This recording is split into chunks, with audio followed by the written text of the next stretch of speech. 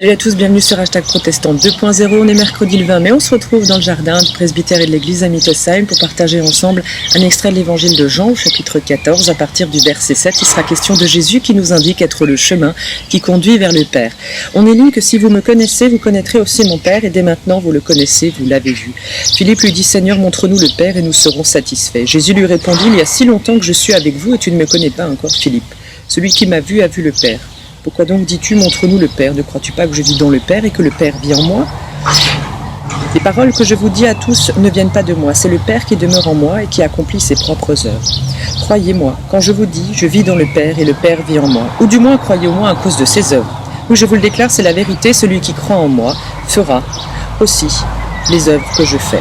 Il en fera même de plus grandes, parce que je vais auprès du Père, et je ferai tout ce que vous demanderez en mon nom, afin que le Fils manifeste la gloire du Père.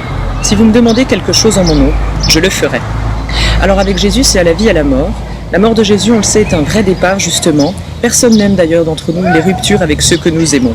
Mais rien ne peut briser le lien entre Jésus et les siens. Si Jésus s'en va, c'est pour ouvrir à ce moment-là une nouvelle route, un nouveau chemin vers Dieu.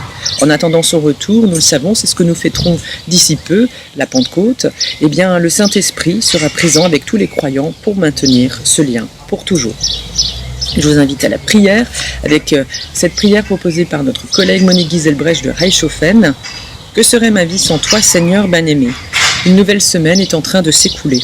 Et si bien des portes ont été ouvertes pour nous laisser passer, l'angoisse dans bien des cœurs est finalement restée.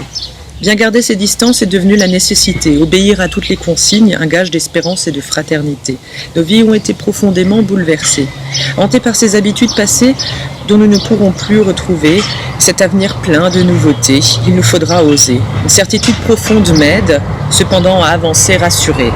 Dans ce monde si particulier où des autres, il me faut rester éloigné. Partout et toujours de toi, Seigneur, je pourrais m'approcher, ouvrir mon cœur et en toute confiance, justement, déverser une à une toutes les préoccupations qui y sont logées. Vider mon sac intérieur sans rien te cacher, oser être moi-même avec mes limites et mes fragilités, instant bienfaisant d'où je repars allégé, revigoré et encouragé.